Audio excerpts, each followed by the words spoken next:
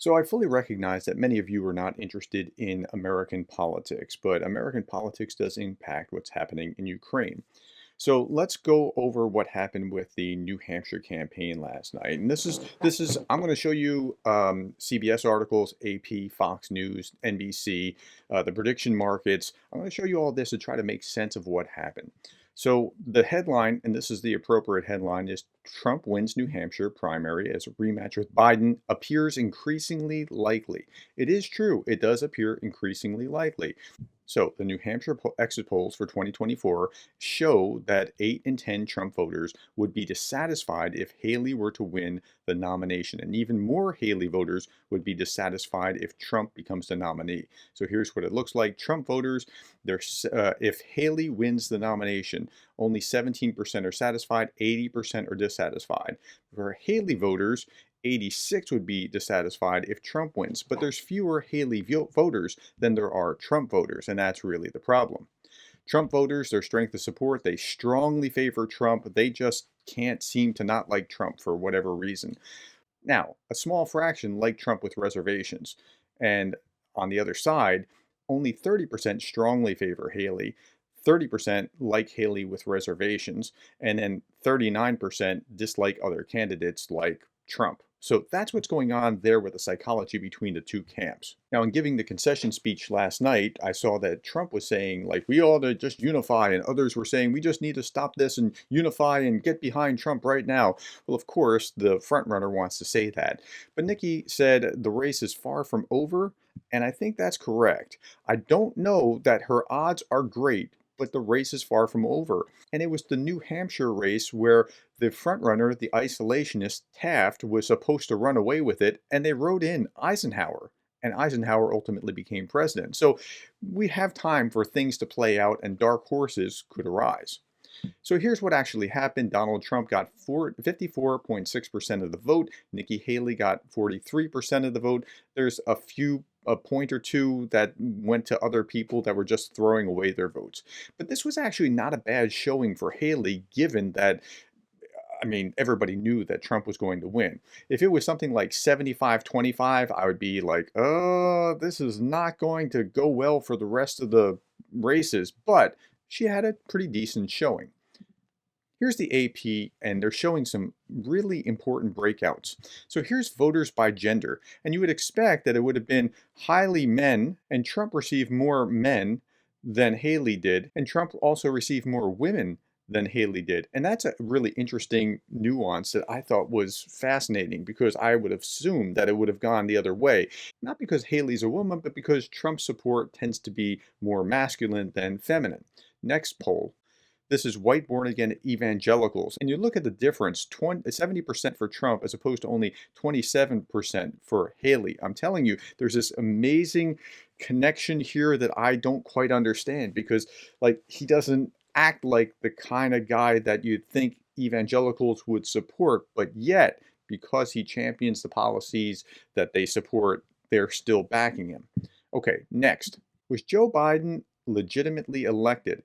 If you say yes, he was legitimately elected, only 18% of Trump supporters said yes, and 88% no, he was not legitimately elected. So something in the mind of Trump supporters is still saying, no, Joe Biden was not legitimately elected.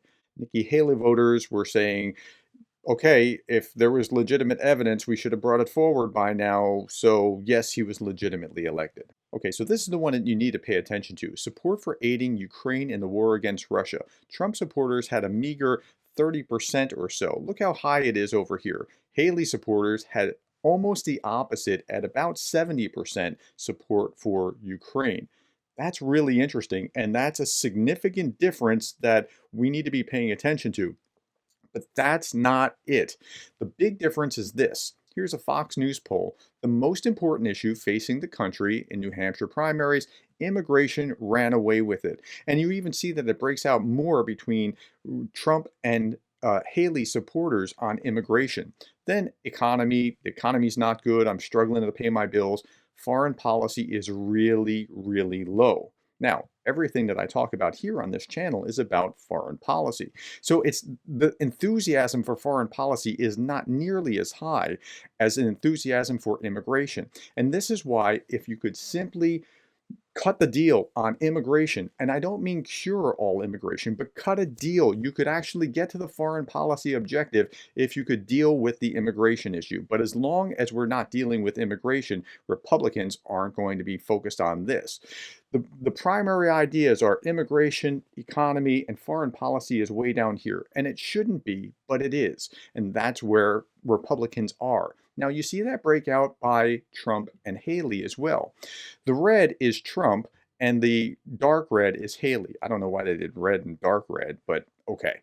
Economy, 54% for Trump. That's why they voted 45% for Haley. It's not that far. But look at immigration. If your primary issue is immigration, you are supporting Trump far more than you're supporting Haley. And it's the highest value of any of these. Now, if you're in foreign policy, you're supporting, if foreign policy is meaningful to you, if you're like me, an old guard Reagan conservative who thinks that foreign policy is very, very important, you're voting for Haley as opposed to Trump by about double digits. Look at that. Okay? So immigration's important. I promise you, it is not a straw man where Republicans are just trying to not have to solve foreign policy because they want to talk about immigration. They deeply, deeply care about immigration.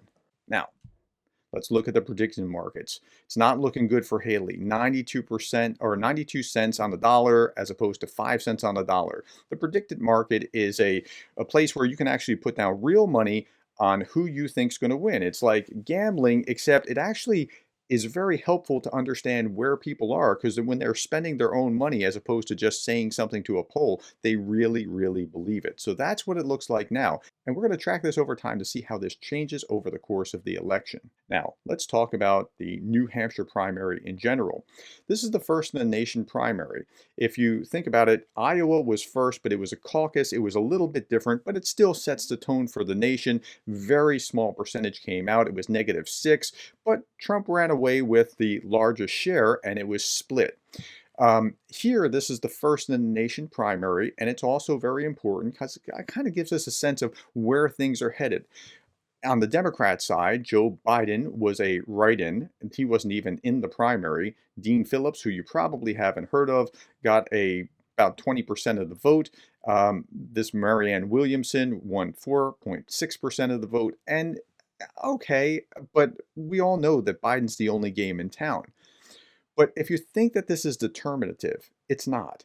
Look at what happened in the New Hampshire primary in 2020.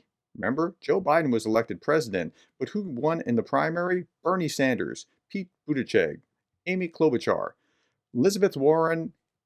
Who got the lowest amount of votes with only 8.4%? Joe Biden. He wasn't even in it. He didn't start picking up momentum until he got to South Carolina. And South Carolina's the next state. It's about a week away, and that's where we are. Okay, all that to say this. The race is young. This is what's happened so far in the Republican primary. Is Trump a front runner? Sure. Can something happen to Trump? Sure. And if something happens to Trump, Nikki Haley's the only game in town. And so it is possible that something could happen. Nikki Haley could pick up steam on her own. She could drop out. She could stay in the entire time and something happens to Trump and she becomes it.